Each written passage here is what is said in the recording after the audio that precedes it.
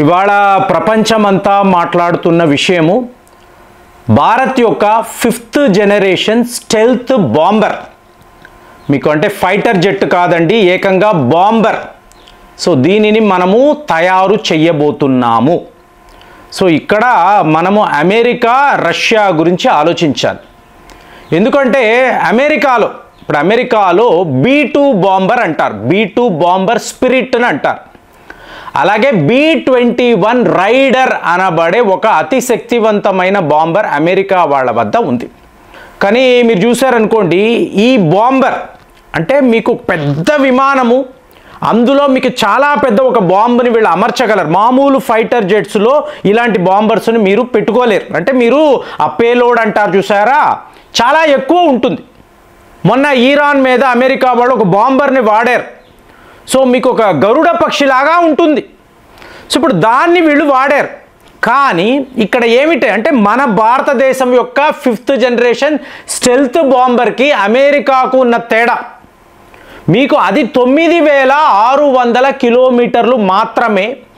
మనము ఇవాళ డిజైన్ చేస్తున్నది ఏకంగా 12000 కిలోమీటర్లు. అంటే ఇక్కడ నుంచి ఒకవేళ మీరు న్యూయార్క్ మహానగరంపై దాడులు చెయ్యాలి అన్నా కూడా ఈ బాంబర్ డైరెక్ట్గా వెళ్ళగలదు. ఎటువంటి రీఫ్యూయలింగ్ అనే అవసరమే ఉండదు. అంటే మీకు చైనా వాడు అక్కడ నుంచి బయలుదేరాడు అనుకోండి, మధ్యలో ఎక్కడో ఒక దగ్గర ఆగి మళ్ళీ మీకు ఈ ఫ్యూయల్ని నింపుకొని తర్వాత బయలుదేరాలి, అలాంటి అవసరం ఉండదు. అంటే ఆ ఫ్యూయల్ ట్యాంక్ అనేది అంత పెద్దదిగా ఉంటుంది. సో ఇప్పుడు దీనిని మనము ఎందుకండి రెడీ చెయ్యాలి? ఇప్పుడు నాకు అర్థమైన విషయం మాట్లాడతాను, మీరు అది కరెక్టా తప్పా చెప్పండి. ఇప్పుడు 2019లో బాలాకోట్ దాడులు మనం మాట్లాడాం. అక్కడ తేడా ఏమిటి అంటే మన మిరాజ్ విమానాలు, సుఖాయ్ విమానాలు కూడా వెళ్ళాయి. అంటే తీవ్రవాద క్యాంపుల పైన దాడులు చేసి వెనక్కి వచ్చాం. కానీ పాకిస్తాన్ వాడు ఏం చేశాడు, F-16 అనబడే ఒక విమానాన్ని, అందులో ఉండే బియాండ్ విజువల్ రేంజ్ అనబడే మిజైల్ని మనపై వాడాడు. 2019లో మన వద్ద ఇలాంటి ఫెసిలిటీ లేదండి. సో మోదీ గారు గమనించిన ఫస్ట్ విషయం ఇదే, బియాండ్ విజువల్ రేంజ్ మిజైల్స్ అనేవి మన విమానాలలో లేవు, మనం కన్వెన్షనల్ వార్ఫేర్ మాత్రమే చెయ్యగలము. సో ఇక్కడే ఇదంతా మొదలయ్యింది. సో ఏం చేశాము, రఫేల్ విమానాలు అన్నాం. సో ఎంతైనా సరే మన వద్ద అత్యుత్తమమైన విమానాలు ఉండాలి. సో F-16 కన్నా అడ్వాన్స్డ్ ఫీచర్స్ ఉండే రఫేల్ విమానాలు మనం కొన్నాం. సో ఫస్ట్ ఈ ప్రాబ్లం సాల్వ్ అయింది. 2020లో మీరు గమనించారు అనుకోండి, చైనా వాడితో మనకి గొడవలు, ఒక స్టాండ్ ఆఫ్, ఆల్మోస్ట్ యుద్ధము దాకా వెళ్ళాం. మరి చైనా వాడితో యుద్ధము అన్నప్పుడు ఆల్రెడీ వాడి వద్ద 5th జనరేషన్ విమానం ఉన్నట్టుగా వాడు చెప్పుకున్నాడు. మరి మన వద్ద లేదు కదా. సో ఇక్కడ తేడా ఏమిటి, మీ వద్ద S-400 ఉంటే ఇది గేమ్ చేంజర్ కదా. ఇమీడియట్గా రాజ్నాథ్ సింగ్ గారు రష్యా వెళ్ళడము, మనము S-400 లాంటి ఒక సుదర్శన చక్రాన్ని తీసుకురావడం. అంటే మీరు గమనించారు అనుకోండి, మోదీ యొక్క థాట్ ప్రాసెస్, మీకు అగ్రరాజ్యాల వద్ద ఎలాంటి ఆయుధాలు ఉన్నాయో భారత్ వద్ద కూడా ఉండాలి. అంతకుముందు ఈ ఆలోచన లేదండి. తరువాత చూశారు అనుకోండి, సుఖాయ్ విమానాలు, ఇవాళ మనం సూపర్ సుఖాయ్స్ అని మాట్లాడుతున్నాం. ఇందులో బ్రహ్మోస్ లాంటి మిజైళ్లను మీరు డిప్లాయ్ చెయ్యాలి. రేపు చైనాతో యుద్ధము అన్నా బ్రహ్మోస్ ముందు వీళ్ళు నిలబడలేరు. ఇమీడియట్గా హిందుస్థాన్ ఏరోనాటిక్స్ లిమిటెడ్ వాళ్ళ ఫెసిలిటీలో టకా బ్రహ్మోస్ని మనం ఫిట్ చేసేసాం. అలాగే మీకు LAC వద్ద ఎక్కడ చూసినా కూడా బ్రహ్మోస్ సిలోస్ని మనము ఏర్పాటు చేసాం. సో ఇదంతా చూసారంటే ఒక ప్యాటర్న్ ప్రకారమే జరుగుతుంది కదా. సో ఈరోజు పాకిస్తాన్ అనబడే ల్యాబ్ని ప్రాక్టికల్గా మీకు ఒక రఫేల్ విమానము, సుఖాయ్ విమానాలు, సూపర్ సుఖాయ్లు, బ్రహ్మోస్, ఆకాష్, మీకు S-400, ఈ అస్త్రాలు ఎలా పనిచేస్తాయి ప్రపంచానికి తెలియాలి కదా. క్లియర్గా చేసి చూపించాం.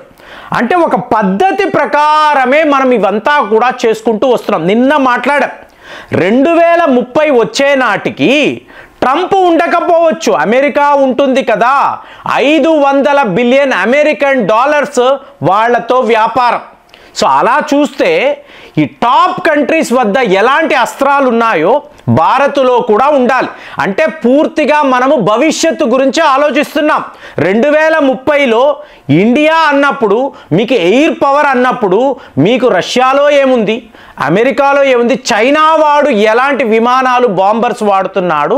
ఇక భారత్ విషయానికి వచ్చేటప్పటికి రీజనల్ పవర్ నుంచి వీళ్ళు ఒక ఇంటర్నేషనల్ పవర్.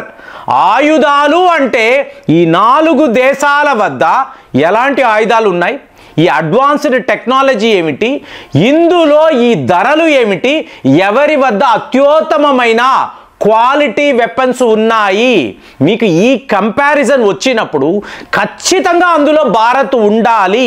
ఇదే మన విజన్. అంటే ఈ విజన్ ప్రకారమే మన దగ్గర లేని ఇప్పుడు B2 అన్నాము, B-21 రైడర్ అన్నాము, రష్యా అన్నారు అనుకోండి TU-160 అంటారు. సో ఇది ఎప్పటి నుంచో వాళ్ళు మనకి ఆఫర్ చేయాలి అనుకున్నారు. కానీ మనము ఎప్పుడూ కూడా ఏ దేశం మీద వెళ్ళి ఒక బాంబ్ అనేది వెయ్యము కదా. సో మనకి బాంబర్ అనే అవసరమే లేదు. ఇవాళ ఇది మీకు ఒక లోటు, అందరి వద్ద ఉంది, భారత్ వద్ద లేదు. ఇది ఉండకూడదండి. కాబట్టి మనం యుద్ధము చేస్తామా, పాకిస్తాన్పై వాడతామా, చైనా మీద కాదు. మన వద్ద 5th జనరేషన్ స్టెల్త్ బాంబర్ కూడా ఉంది. ఇది చాలా చాలా చవక ధరకే దొరుకుతుంది. దీని రేంజ్ ఏకంగా 12,000 కిలోమీటర్లు. మీకు ఇది అత్యుత్తమమైన స్టెల్త్ టెక్నాలజీ కలిగి ఉంది. సో ఇందులో మీరు ఆర్టిఫిషియల్ ఇంటెలిజెన్స్ను మోహరించారు. అలాగే యాంటీ రేడియేషన్ ఫెసిలిటీస్ ఉన్నాయి, అడ్వాన్స్డ్ ఫీచర్స్ పెట్టారు. అట్ ది సేమ్ టైం ఏ ఒక విమానములో లేని బ్రహ్మోస్ని, హైపర్సానిక్ బ్రహ్మోస్ని, అంటే బ్రహ్మోస్ నెక్స్ట్ జనరేషన్ అంటున్నారు, దీనిని ఫిట్ చేయబోతున్నాం. నేను చెప్తున్నా కదా, నెక్స్ట్ 10 years మీకు బ్రహ్మోస్కి తిరుగు ఉండదు. ఇవాళ అమెరికా నుంచి ప్రతి ఒక్క దేశము కూడా బ్రహ్మోస్కి దీటైన అస్త్రాన్ని ఎలా తయారు చేయాలి ఆలోచిస్తున్నారు. అలాంటిది మన బాంబర్స్లో బ్రహ్మోస్, అలాగే అగ్ని ప్రైమ్ అనబడే ఒక అతి ప్రమాదకరమైన మిజైల్ సిస్టమ్ని మనం డిప్లాయ్ చేస్తున్నాం. ఇది ఏ స్థాయిలో ఉందంటే ఏకంగా 4 బ్రహ్మోస్, అలాగే మీకు అగ్ని ప్రైమ్ మిజైళ్ళు ఉంటాయి ఈ బాంబర్స్లో. సో వీటిని ఫిట్ చేయడం వలన మనం ఏంటి, డైరెక్ట్గా రష్యాతో పోటీ పడుతున్నాం. మీకు తెలుసో తెలియదో, రష్యాలో బ్లాక్ జాక్ అని చెప్పి ఒక పవర్ఫుల్ బాంబర్ గురించి మాట్లాడతారు. ఇది సూపర్ సానిక్ వేగముతో ప్రయాణించగలిగే ఒక విమానం. దీని రేంజ్ అంటారా 12,300 కిలోమీటర్లు. అంటే రష్యాలో ఇది బయలుదేరితే మీకు టోటల్ అమెరికా అండి. మీకు ప్రాథమిక శత్రువు ఎవరు? అమెరికా. అమెరికాలో ఏ నగరాన్నైనా ధ్వంసము చేయగలిగే బాంబర్ను రష్యా వాళ్ళు సిద్ధము చేసి పెట్టుకున్నారు. దీని పేలోడ్ అంటారా ఏకంగా 40 టన్నులు. సో ఇదే మోడల్లోనే ఇవాళ భారత్లో రష్యా వాళ్ళ సపోర్టుతో మనం ఇంత శక్తివంతమైన 5th జనరేషన్ స్టెల్త్ బాంబర్ను తయారు చేస్తున్నాం. సో ఇంకొక 4-5 yearsలో ఇది కూడా సిద్ధమైపోయింది అనుకోండి. అంటే ఇవాళ యాజ్ ఇట్ ఈస్గా మనతో యుద్ధము చెయ్యడము అనేది ఇంపాసిబుల్. పాకిస్తాన్ వాడు ఏమైనా తోక ఆడించినా చెప్తున్నా కదా, నెక్స్ట్ 10 to 15 years వాడు రిపేర్ల మీదే ఉంటాడు. మళ్ళీ నా ఎయిర్ బేసులు, మళ్ళీ నా లాజిస్టిక్స్, మళ్ళీ నా విమానాలు, మిజైళ్ళు, వీటి గురించే వాడు ఆలోచిస్తూ ఉంటాడు. మరి ఎక్కడైనా తేడా జరిగితే మళ్ళీ ఇంకొక రౌండ్ డోస్ ఇచ్చాము అనుకోండి, పాకిస్తాన్ చేయగలిగింది ఏమీ లేదు. చైనా వాడి ఆయుధాలంతా కూడా మన వద్ద దొరికిపోయాయి. సో వాడికి అంత సీన్ లేదని అర్థమయ్యింది. మరి అమెరికానే వీళ్ళని ఆదుకోవాలి. మరి అమెరికా వాడు ఆ పని చేసే ధైర్యము వాడికి లేదు. ఎందుకంటే వాడి ఆయుధాలను, వాడి డబ్బును వాడు ఎందుకు ఖర్చు పెట్టుకుంటాడు? ఈ పరిస్థితిలో మనము ఒక అడ్వాన్స్డ్ బాంబర్ని కూడా సిద్ధము చేసేసాము అనుకోండి. ఆమ్కా ప్రాజెక్ట్ ఉంది కదా, ఇప్పుడు మీకు సుఖాయి 57 కావాలి అనుకోండి, రష్యా వాళ్ళ వద్ద కొంటారు. అలాగే మీరు ఆమ్కా ప్రాజెక్టును టోటల్గా 5th జనరేషన్ బాంబర్గా మార్చేరు అనుకోండి, అప్పుడు మీకు భారత్ యొక్క ఎయిర్ పవర్ అనేది ఎక్స్ట్రాడినరీగా ఉంటుంది. ఇంటర్నేషనల్ స్థాయిలో మాట్లాడుకుంటారు. అదే మన ప్రయత్నమా? నాకైతే అలాగే అనిపిస్తుంది. మరి మీరు ఏం ఆలోచిస్తున్నారు? కామెంట్స్లో రాయండి. మళ్ళీ వచ్చే వీడియోలో కలుద్దాం. జై హింద్.